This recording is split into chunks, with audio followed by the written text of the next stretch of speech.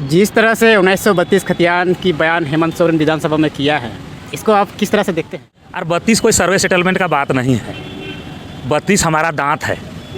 नमस्कार, जोहार, मैं हूं विश्राम, आप देख रहे हो उभरता झारखंड। ये जो चेहरा शायद आपको याद होगा जब जयराम महतो की भीड़ विधानसभा घेराव करने के लिए आए हुए थे और ये लोग 1932 खतियान को लेकर के अपनी झांकी जिस तरह से दिखाने का प्रयास किया, अपना प्रारूप दिखाने का प्रयास किया था, शायद आप सब पहचान में आ रहे होंगे। और यही है राजधानी रांची में यहाँ धरना प्रदर्शन होती है, यहीं पर आए हुए थे 25 अनुसूची आंदोलनकारियों से मिलने के लिए। क्या कुछ जानकारी लिया है और 25 अनुसूची के बारे में क्या कुछ राय है, तमाम जानकारी के साथ बने रहिएगा। सबसे पहले तो आपको हमारा उभरता झारखंड में स्वागत है। सबसे पहले आपका जितना भी व्यूअर है उन सभी को मेरा ओर से खतियानी जोहार है, क्रांतिकारी हुल जोहार है।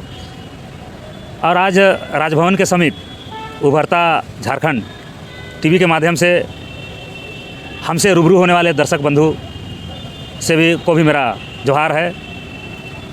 आज चूँकि मैं कचहरी आया हुआ था, कचहरी में मेरा एक केस चल रहा था 2013 से पार्टीशन सूट का।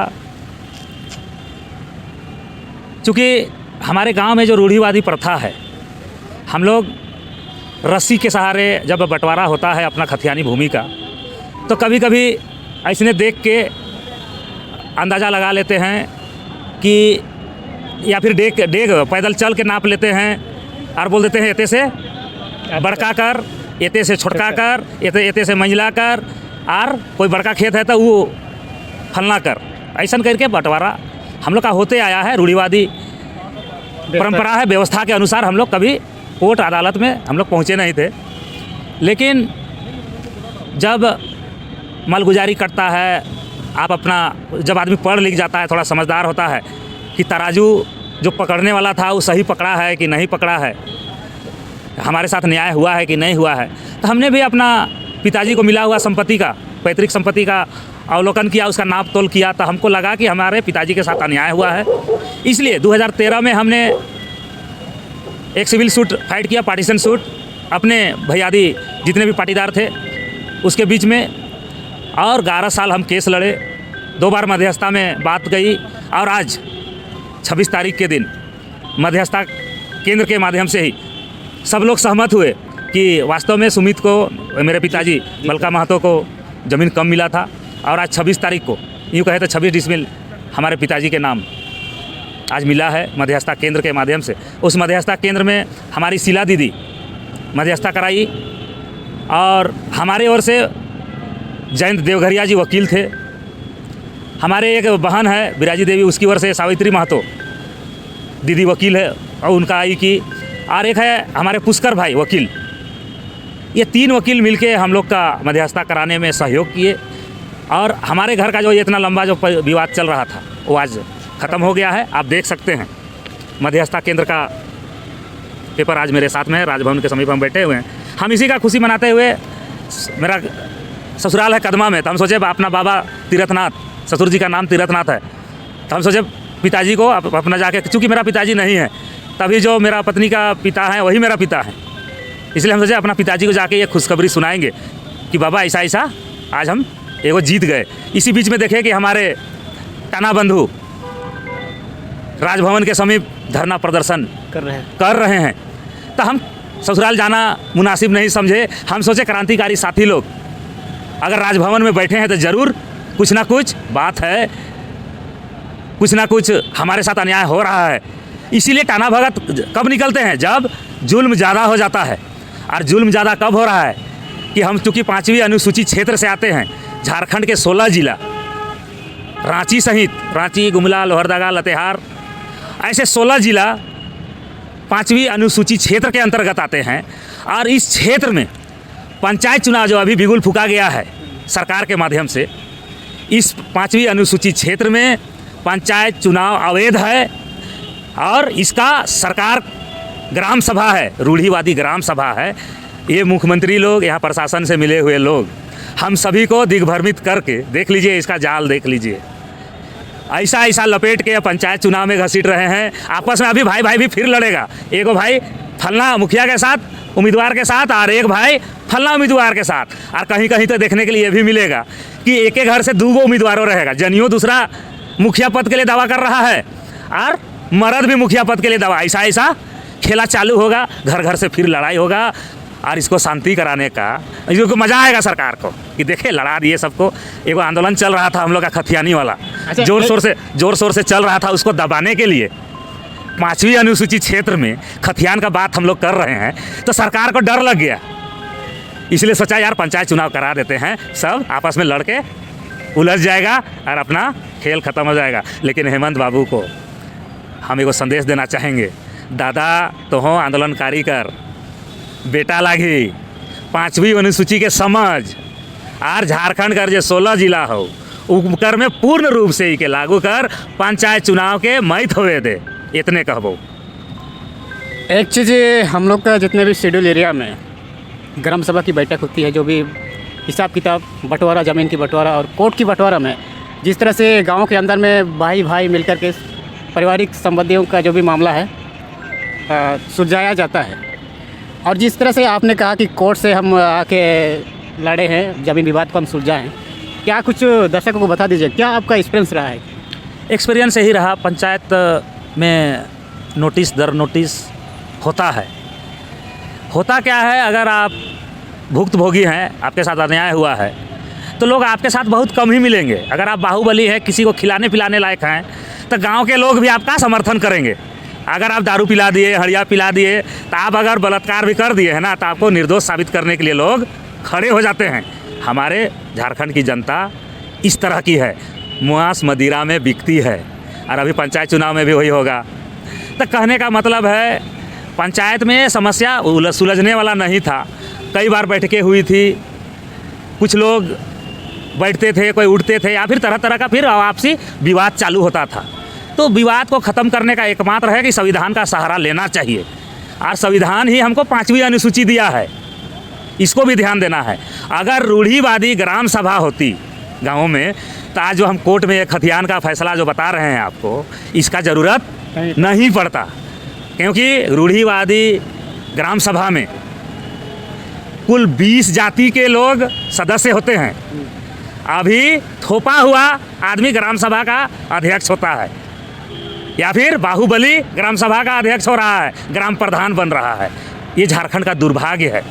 पहले पहाड़ा व्यवस्था था, हम लोग मंदरा मुंडा का वंशज हैं और मंदरा मुंडा के समय में पहाड़ा संस्कृति थी। पहाड़ा संस्कृति से ही हम लोग का झारखंड चलता था। लेकिन अंग्रेज़ लोग इसमें घुसपैठ किए, कुछ ज़मींदार लोग को घुसा दिए। छोटा छोटा ज़मींदार लोग को एक बोल देंगे नहीं फलना गांव तुम संभालो, फलना गांव तुम संभालो, ऐसे करके मालगुजारी। कैसे अंग्रेज़ लोग हम लोग से कैसे कलेक्शन ले, हम लोग खेती करेंगे और अनाज ज़मींदार लोग लेता था। ऐसा व्यवस्था का विरोध में बिरसा जी ने CNT एक्ट लगवाया था, क्रांति का बिगुल फूका था। तो पहाड़ा व्यवस्था आज फिर से लागू होना चाहिए। बस ये हम सभी झारखंडियों का प्रयास होना चाहिए। ग्राम सभा के सदस्य, ग्राम प्रधान कोई नहीं होता है। ग्राम सभा अगर 20 जाति के लोग एक गांव में हैं और 20 जाति के लोग आदिवासी आदिकाल से रहते हैं, वैसे लोग ग्राम सभा के सदस्य हो सकते हैं। ऐसा लोगों को समझना चाहिए, तभी रूढ़िवादी ग्राम सभा हमारे झारखंड के प्रत्येक गांव में लागू होगा। और ना हमको मुख्यमंत्री का ज़रूरत होगा, ना न्यायालय का ज़रूरत होगा। हमारा न्याय गांव में ही बैठ के होगा और गांव का विकास गांव में ही बैठ के तय होगा। और जितना मालगुजारी कहाँ से लेना है, क्या करना है, वो व्यवस्था ही पहाड़ा व्यवस्था के तहत ग्राम सभा को ये अधिकार है। रूढ़िवादी ग्राम सभा को अधिकार है। इसका हम लोग विकास में कैसे यूज करेंगे, कहाँ से आएगा, राजस्व कहाँ से प्राप्त होगा, इसको तय करने का अधिकार ग्राम सभा को है, रूढ़िवादी ग्राम सभा को है। जिस तरह से 1932 खतियान की बयान हेमंत सोरेन विधानसभा में किया है, इसको आप किस तरह से देखते हैं? ये तो दुर्भाग्य है कि क्रांतिकारी आज दिसुम गुरु जिसको नाम दिया गया है, उनका बेटा मुख्यमंत्री के पद पर है। चुनावी वादा के साथ आए थे कि जब हम सरकार बनाएंगे 32 का खतियान लागू करेंगे, 32 का नियोजन लगाएंगे। दुर्भाग्य है और 32 कोई सर्वे सेटलमेंट का बात नहीं है, 32 हमारा दांत है। और हम पहले ही बोल चुके हैं 32 दांत अभी भूखा रह रहा है। झारखंड का जितना खतियानी लोग है उसका ज़मीन विकास के नाम पर लूटा जा रहा है। हम लोग जंगल ज़मीन में रहने वाले लोग हैं, खेती पर निर्भर रहने वाले लोग हैं।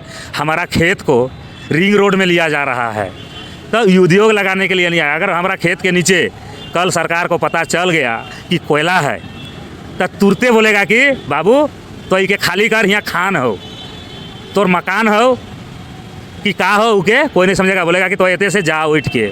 आज गेतलसूर डैम को देख लीजिए, अपना धुरवा डैम को देख लीजिए, अपना कांके डैम को देख लीजिए। जितना रैयत का खेत गया है, वो लोग जो विस्थापित हुए हैं उनको दूसरा जगह पुनर्वास दिया है का?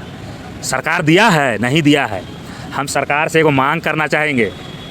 मुख्यमंत्री जी हंस हंस के बहुत क्रिकेट का मैच खेल रहे थे, चौकार छक्के की बात कर रहे थे, दौड़ के रन लगाने की बात कर रहे थे। उनको मेरा एक संदेश होगा, झारखंडी क्रांतिकारी आदरणीय गुरुजी का पुत्र हैं, माटी पुत्र आप भी हैं।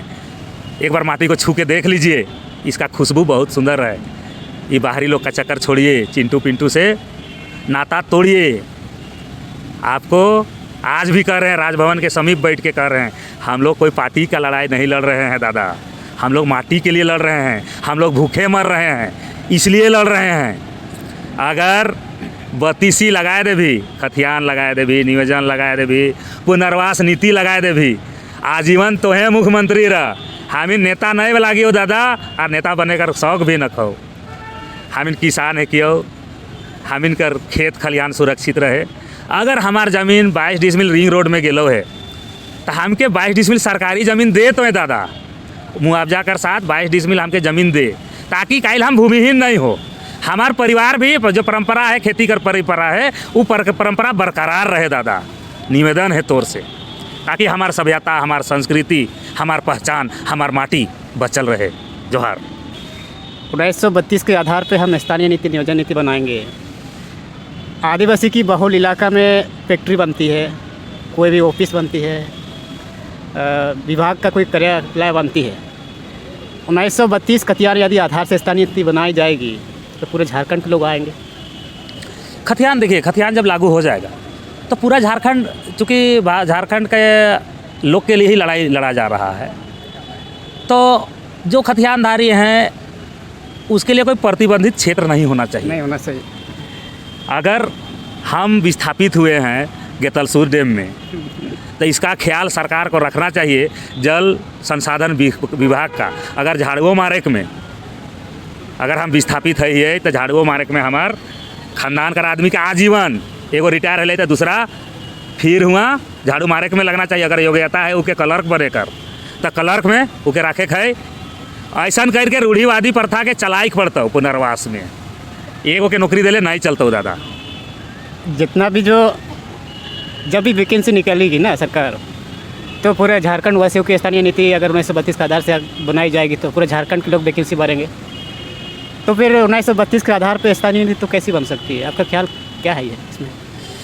देखिए, जब वैकेंसी स्थानीय नियोजन नीति का बात है, और 4 ग्रेड की बात है। हाँ, तो नियोजन नीति जब बनेगा खतियान आधारित, तो सीधी सी बात है जो खतियानधारी हैं वही आवेदन करेंगे। इससे भूसा जैसे चाउर होएला नहीं, अरवा चाउर, चाहे हमें धान कुटवाइला तो उके हमें चाला में या फिर सूप में फटकिएला। तो जैसे हमें 32 अगर दिखाए देवे नहीं नियोजन में, आर सूप इसने फटक देवे नहीं, तो जितना भूसा हथी, कचरा हो, हाँ कचरा हो, खखरी पिलई जितना है नी सब अपने बाहरे चल जाती। जे अतिक्रमण हेवे लायक है नी एखन हामिन कर यहाँ बाहरे कर आदमी कर लिए बैकडोर, हामिन के झारखंड मिल गए है नी। बहुत लंबा संघर्ष कर बादे 1908 से चालू लड़ाई है रहे, जे समय CNT SPT एक्ट लागू है रहे, से समय से लड़ाई रहे। बिहार नहीं रहे, से गए छोटा नागपुर बन रहे, लेकिन इकर घोरना एखन तक नहीं बन है, इकर गेट नहीं बने। अगर आम के अगर खेत में रोपा रोप ही है, आलू कर सब्जी लगाए ही है गर्मी कर दिन में, आलू के घोरबे नहीं तो कने से छगरी आता है कि कने से गरू आता है, चढ़ के साफ कर देता है। तो हेमंत दादा घोरना के लगाओ, घोरना के घोरना घोर भी, तबे तोर झारखंड सुंदर होता और सुनहरा होता, तोर खेती लहलहाट रहता। 30 गो नहीं 60 गो 60 गो देबो घोरना के घोर। क्या नाम है आपका? मेरा नाम सुमित कुमार महतो। ऐसा ही तमाम छोटी बड़ी जानकारी अपडेट पाने के लिए हमारा वार्ता झारखंड को लाइक फॉलो करना बिल्कुल मत भूलिएगा।